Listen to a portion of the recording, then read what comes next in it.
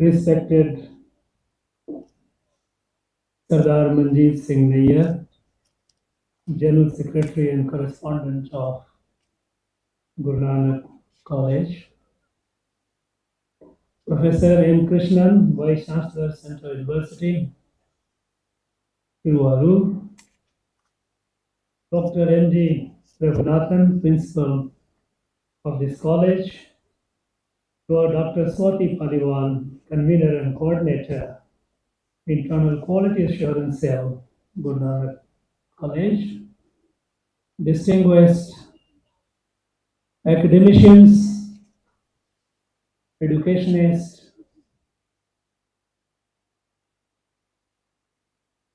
all those who have worked in the field of education are present here. My dear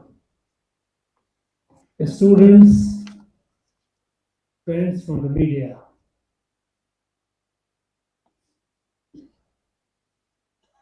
I am delighted to be here at this great institution which has been doing so outstandingly well, not only in the field of academics, but even in various other fields like sports, social outreach, innovations, and several service sectors.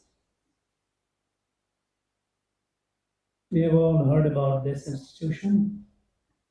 In the last little over 50 years, just about 52 years, this institution has made a mark and attained a reputation which is the envy of others.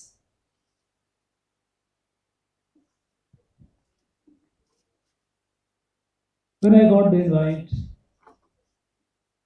I accepted it for more than one reason, of course, notwithstanding college and NEP 2020, which is dear to our hearts.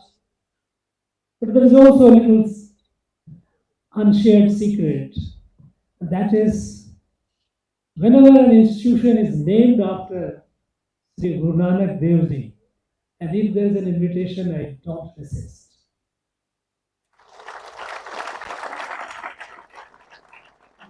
So this great divine soul who came on this earth over 550 years ago, he had been, or he has been even, a great influence and inspiration in my personal life. Guru Nanak Dev Ji, as we know, born in a very, very humble background, lived a hard life. He earned his meal through his own labor. He traveled the length and breadth of this country, not only this country, but even went among the neighboring countries. From Kanyakumari to Ladakh to Baghdad, in the east to Kamru, which is Guwahati today. He traveled almost for over 14 years, walking across the length and breadth of this country. Over 500 years ago, spreading the message of oneness of all human beings, and the value, the centrality of service to humanity as the creed, breaking all the barriers of caste, creed, language, race, region, culture, cuisine. He was a revolutionary divine soul who tried to unite the entire humanity. He taught us to demolish the barriers that come between humans and humans.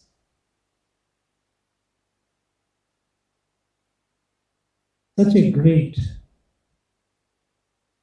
revolutionary divine soul, living such a hard, simple life, earning his daily meal through his own hard work, not unlike any gurus that we see today. He has been a great inspiration for me, and he must be a great inspiration for all of us. And this institution, it also occurs to me at times that if it has attained this height of glory, by which it has become an envy of other institutions, maybe it was established at a very auspicious occasion of 500th year anniversary of his birth anniversary. And it has been inspired by his ideals. And even when we think about NEP, I think much of the NEP will get in Guru Nanak Dev's teachings. And I'm glad that this institution, under the visionary and dynamic leadership of its General Secretary and correspondent, Manjeet Singh Iyer, is striving to gain ever greater heights. And I wish all of you the very best in years to come. You be the light.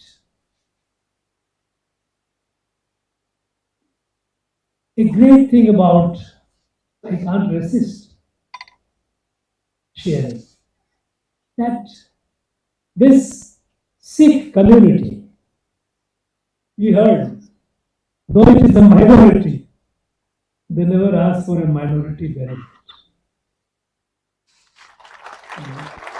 In fact, here is a minority institution which is in the service of the majority.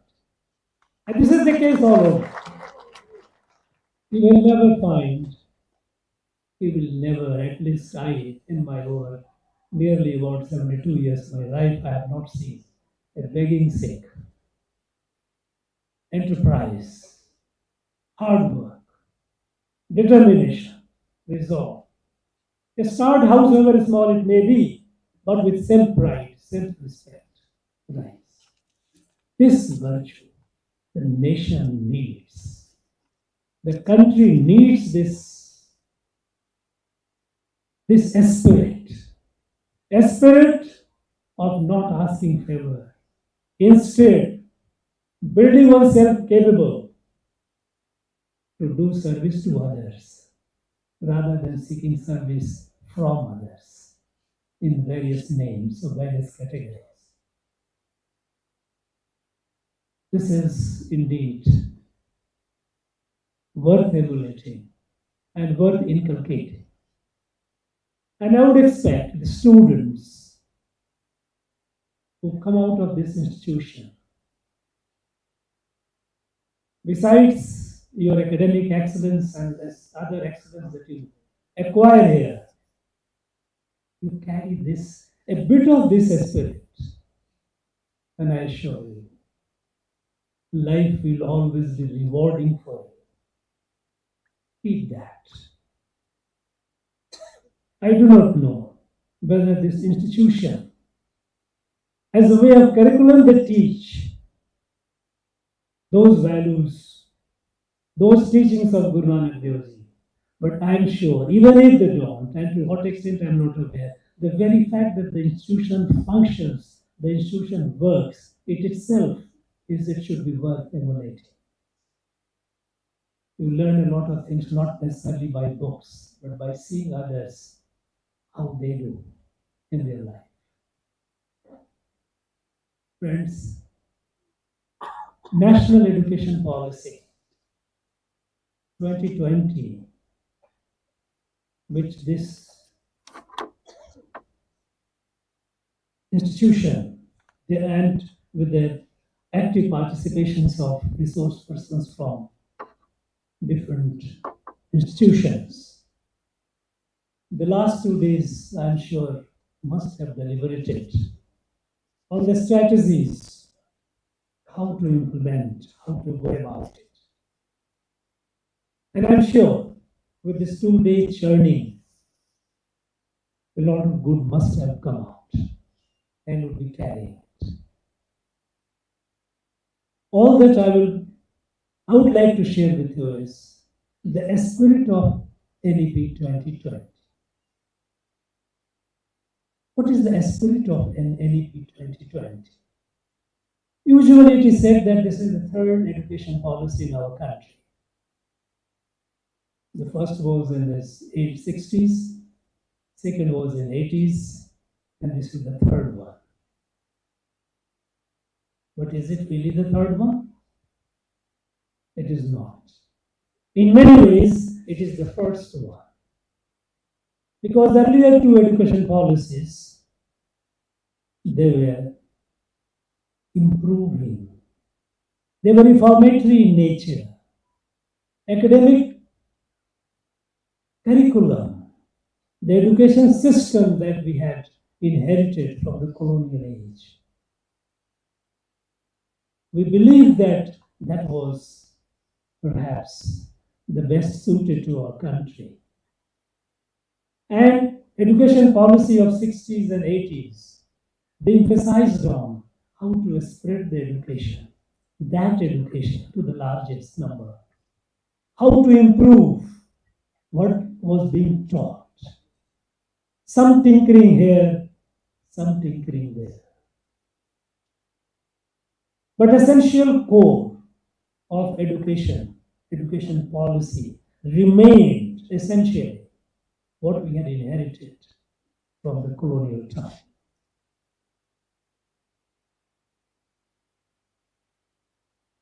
This policy is revolutionary. This is transformative. It doesn't take much lessons. The lessons, of course, the lessons are that what we didn't achieve. Despite all these nearly over 7 decades of independence, how come a country like India, a huge country of now over 130 crores, perhaps we are 140 crores. This country, even after 7 decades of independence, we remain home of the largest number of illiterate, sick, poor, homeless, deprived of the basic ingredients of a healthy citizenship. Not that we didn't build schools, not that we didn't build industry, not that we didn't build hospitals, not that we didn't build roads and generate electricity. We did. All these years we kept doing it. But the problems kept multiplying. There was a fundamental flaw in the earlier system. The system was essentially a system that believed in the government being the main, or if not the sole, agent of change. A psychology had developed that the transformation, the change has to be brought in by the government. Institutions have to be built by the government. Infrastructure has to be built by the government. Society had become emasculated. It was a client-patron relationship between the government and the people. People were clients looking for the government. I remember in my childhood in my village, I was born and brought up. I did my high schooling from my village. Every year, before the monsoon starts, the whole village will gather, at least one male member from every family got together, took our spades and crowbars, and cleaned the canal, distributory canal, for running into several kilometers, which took waters to our feet. We didn't look up to government to come and do it. Before the advent of rains, the village got together, desilted the village pond so that the water, rainwater, is stored there. I participated in that. This was community's power. This was society's power. But today, I find in the same village, when the road, there is a small patch which is not okay, which is not where there are some ditches. People will get together, write a long petition, go to the district office or the state capital, present the petitions to either the MLAs or minister or the officials. Look, now this is the stage where we reached. The advent of modern states in the European model emasculated our strength, and we became dependent on the government. As a result, government with their limited resources kept building schools. But after all, with the 5-year plan, you have a limited number of budget. With this plan, we will have built so many schools, so many colleges.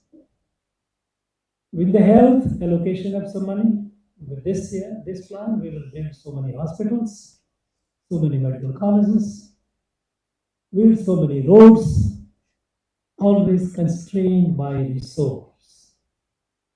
We have started addressing the problem incrementally, piecemeal. And in the process, the problem also kept multiplying. We kept building roads, but a large part of our country remained unconnected. We kept generating electricity, but a major part of our households were without electricity. We kept building hospitals and medical colleges, but a large number of our people remained deprived of the basic health care. That model was not suitable for this country. This model we could have continued. We could have continued doing all those things, and in the next 50 years also we would have remained at the same problem. The fundamental flaw. No. If this country, if this India, of such a large country, if it has to have its position, due position, in the community of nations, it has to change its course. It has to change its path. It cannot do what it has been done for the last 70 years. It has to address its problem holistically, and also it has to address its how to meet. It has to be ambitious, it has to be confident, it has to be capable of fulfilling the confidence. And this is possible only we build our citizenry, build our youth through education. Appropriate education. Appropriate education is one that is able to meet the needs and demands of the time. The needs and demands of the time. And today, we know we are in a knowledge age. There was a time the humanity has evolved to various phases. From agrarian, when we were farmers, largely, to industrial age. Industrial age, it has its own needs. It needed its own, what was the workforce needed for it. Then information communication technology age. Internet age. We are in digital age. Artificial intelligence age. Its revolutionary transformation is happening in the technology. We cannot be in the mode of just catching up. No. We have to have a quantum leap. We have to. And how do we take the quantum leap?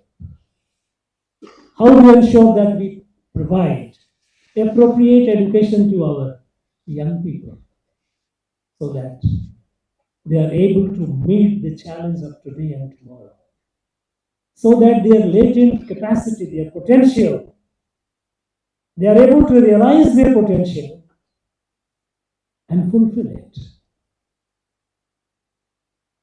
This had to be done. And that is why, with the great churning of minds from all sections of the society, this education policy was not drafted and prepared by the bureaucrats, by the government. No. Several 100,000 people from the field of academia, the field of industry, the field of social service, various fields, they give their input because the objective was how to equip our youth, our students, with the knowledge, with the education, with which once they walk out of the precincts of their institution, they walk out confidently, march into the world, and make a place for themselves. Not the degree holders.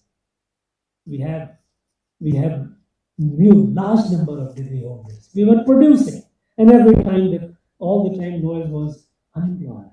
I have a degree in my hand. I'm a graduate. I'm a postgraduate. I'm a PhD. I'm not getting a job. Nobody cares for your degree today. People care for what worth you are. If you are not worth, your degree doesn't help. In fact, I was just when I met in our own state, which is very progressive, which has a very sound industrial base, where the gross enrollment ratio is almost double the national average. When I meet the industry, when I meet people, I say, ask the question, are you expanding? Why are you not expanding? Because there has been a plateau. It is not. And one core reason they say is absence of adequately skilled human resource. Some of them go to the extent of saying that almost 80 to 90% of our engineers are unemployable. You take the degree and you go for a job. Nobody gives you a job. This has to be corrected.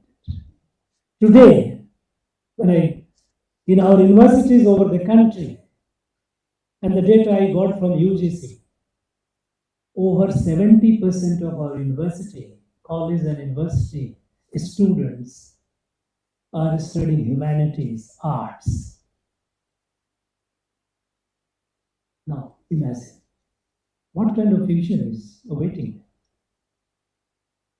Over 70%. I don't say that history is bad or for political science. No, they're all good subjects, worthy of pursuing. But are they appropriate to the age? That many? When 70% of our students graduate with a degree in humanities, where do they go? So, while we have to create an academic and education system where there is a greater emphasis on STEM, science and technology.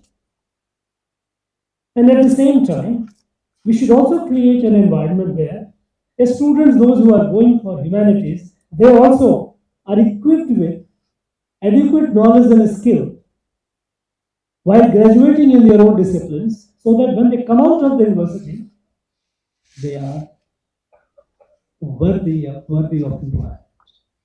And here comes the multidisciplinary courses.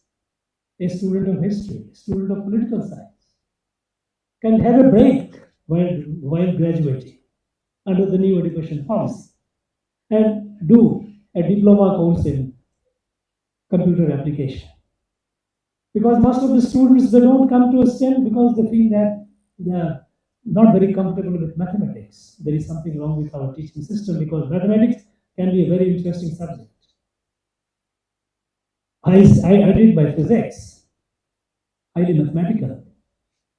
But the credit goes to my school teacher who initiated me to mathematics. Mathematics not subject to scare you away, but mathematics as a fun,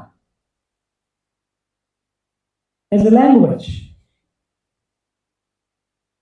So there is something that needs to be done. How to motivate more and more of our youth towards a STEM.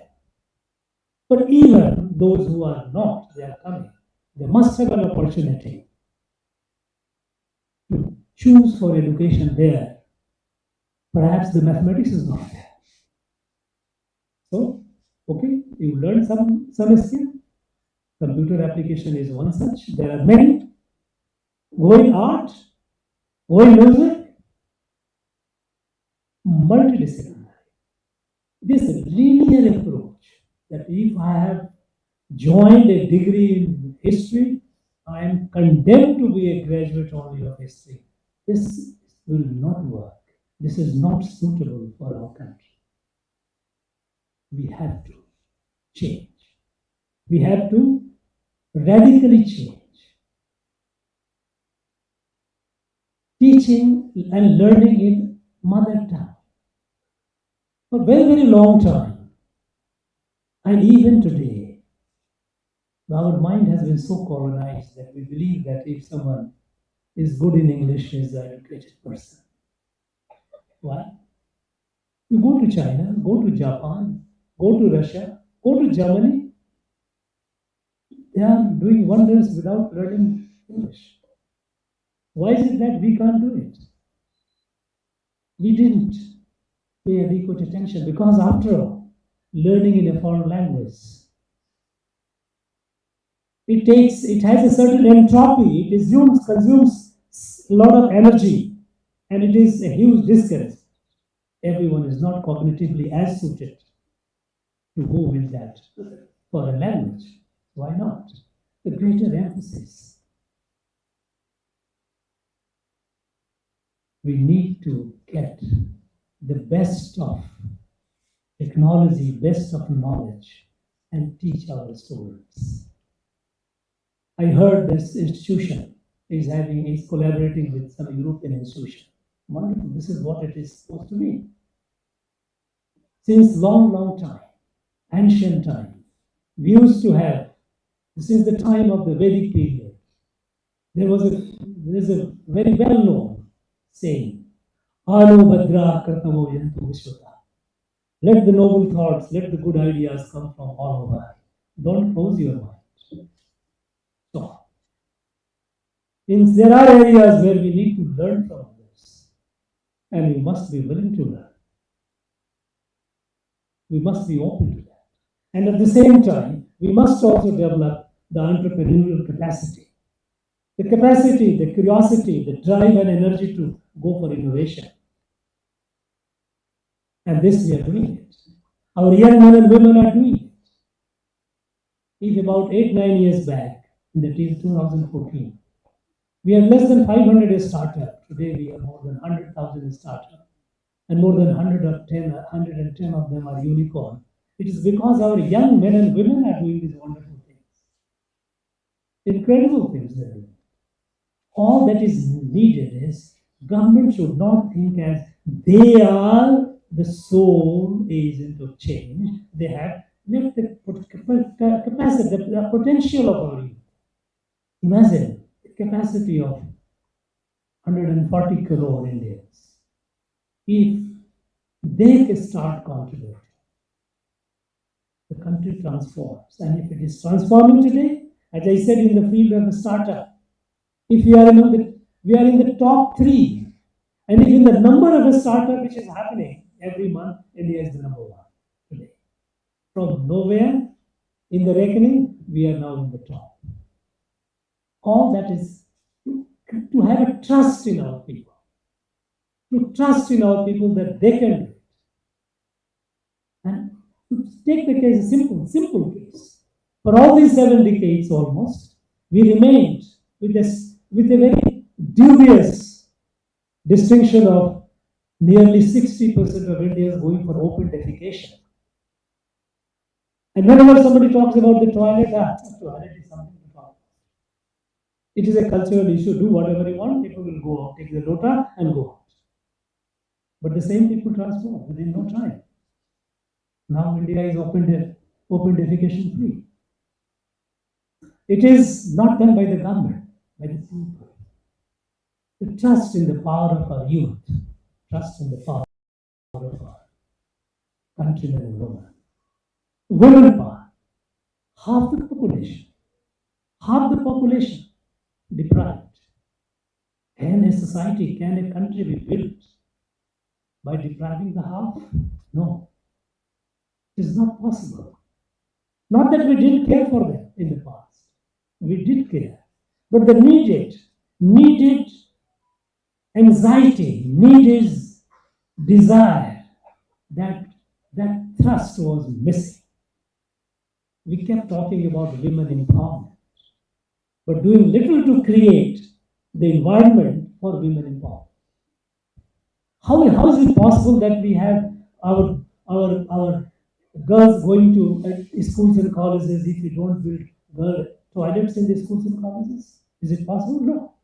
As simple as that. We kept talking about women literacy, women education, without creating adequate, enabling environment.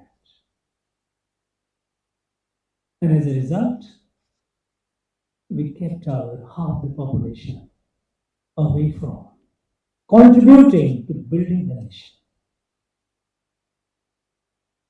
Today, all the frontiers are open.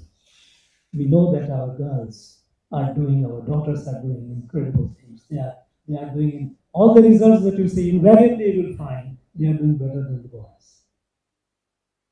This is new India.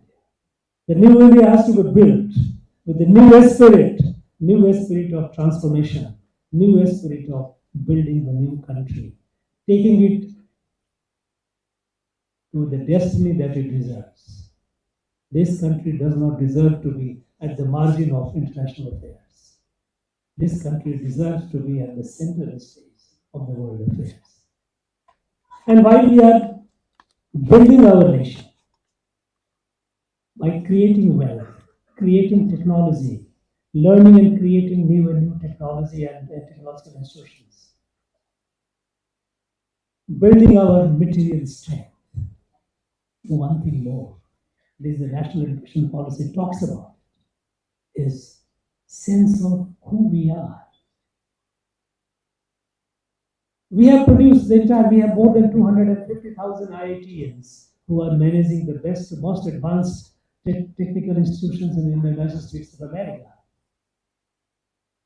Wherever you go, you will find our IITians are doing that, our engineers, our doctors are serving. They are universal citizens. We have given them the technical education, the best of it. But we did not inspire them to have developed a sense of who you are. But still, it is there in the sanskar. And that sanskar we saw it during COVID when our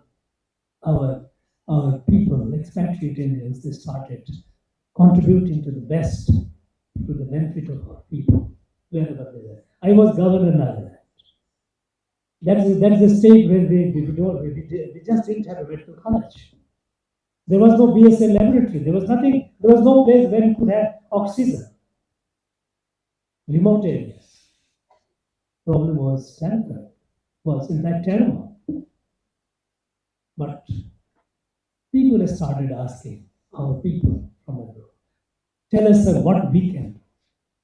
And within no time, they built numerous oxygen plants in the remote areas, the taluks, districts along Burma border. They came, they built, they trained and left. Voluntary. They built. The sense of service to the nation is there, but we must give them a sense of pride in being an Indian. Who are we? Who we were? The colonial rule, one thing that they did, and they did it systematically. They tried to kill our sense of selfhood, the sense of pride. And today we believe that, I as a student in the middle school, we used to have a set question. The question used to be, write down the benefits of the British rule in India. Benefits of the British rule in India, and we as a young student, by rote learning, we have learned British English language, railway line, judicial system, all these things. As if without English, we didn't know how to talk, how to railways they built for us, as if we were not moving, we were not trading, as if there was no sense of justice, it was a land of barbarians. An image of a country of a snake and a snake charmers, they cultivate deliberately to destroy the sense of selfhood, the sense of pride. We know, but many of us we don't know that till the beginning of 19th century, India was the largest economy in the world. And those of you who are curious, I urge you to go on the internet and just search global, the world economy millennium perspective. The world economy millennium perspective is a document created by, not by Indians, not by us, by OECD countries. And we know OECD countries as a club of the most developed countries. They published a report in 1982. And what was the provocation for the report? 10 years before, in 1972, a British economic historian, Paul Barrage, he published an essay. In that essay, he said, Europe became rich in the last 200 years. America became rich in the last 100 years. Before that, India was the economic powerhouse of the world. This truth was not digestible to the developed countries. They commissioned a study to debunk it. But what the study brought out, you see on the left. It gives you from the first century AD till the 19th century. It gives you 20th century account of. And then you realize that till the beginning of 19th century, India was the largest. India's GDP was nearly 1/3 of the world GDP. What happened in the 200 years? They destroyed our industry, they destroyed our agriculture, they destroyed our education system. And they made us believe that everything English was the best. A sense of inferiority among Indians and a sense of superiority towards them. I am not going to detail, maybe sometime later. These are all documented how this policy came. It was a deliberate policy. We need to rediscover ourselves. We need to take pride in our past. We need to take pride in our civilizational heritage. We need to take pride in teachings of great divine soul Guru Nanak Dev Ji. And there were people like him who also come and taught us before. We need to rediscover. Those things need to be rediscovered. They are yet to be discovered. But we have to. And this only gives us a sense of pride. A person, a community without a sense of history is not a community. A community which doesn't have a sense of pride in who they are, it cannot grow. And we have all the reasons to be proud of who we are. After all, long before, thousands of years, several thousands years before, the Europe, and of course there was no America as such, they all got to know the basics. Here, in this country, on this land, we had the best of philosophy, best of literature, best of epics. We have every reason to be proud of past. This has to be taught. So, in our national education policy, this sense of who we are, our past, our civilizational heritage. It has to be taught to us. When I was a student in schools, we used to teach, we used to learn, read and learn teachings of various spiritual leaders, various saints from different religion, different community. In the name of secularism, it was all wiped out. All, everything, nothing of the past should be there. And we started building a new society, engineering a new country, as if it is ab initio, from scratch. No, we cannot do that. If we do, this is what we have been doing, and the result was that nobody took us seriously. Such a large country, imagine, and no country in the world takes us seriously. It's not the case today. Today, India is moving forward with a sense of pride, with a sense of destiny. And the destiny is in the next 24 years, we have to be the leader of the world. By the time the country celebrates, 3 quarters have gone, it's okay. The next quarter is the quarter in which we have to build this country as the leader of the world. And the leader of the world is possible only when we have a right education, appropriate education, where every individual, every citizen feels a stakeholder. And we are fortunate. We are fortunate today that we are not only a witness to this great revolutionary transformation that our country is going through, but we are also a participant. And all the students of this great institution, when you will reach in the 1947, when you will be at different stations in your life, leading positions wherever you are, all of you need to ask a question to yourself: what did you do to build this nation? To take this nation to where it should be. Think of it. And in that spirit, we have to take this national education policy. It is not just a policy document. It is a revolutionary transformational formula. It has to be appreciated. It has to be internalized. And it will be internalized. It will be appreciated. It is being appreciated. Those who do not understand it, for some reason, they have a divergent view. But I am very confident that in the coming days, everyone will come around. Because it is our national purpose, fulfill our national purpose and national goal. All the participants of the 2 days conference, those who have come from outside, I wish you a safe journey home. Those who have come from outside, I hope you have also seen a bit of this land, Tamil Nadu. It's a beautiful land, rich in cultural, literary heritage, very fine people. I hope you visited some places around and saw. You enjoyed the local cuisine, very fascinating. Go back with a sweet memory and be the agent of change wherever you are. Thank you very much. Jai.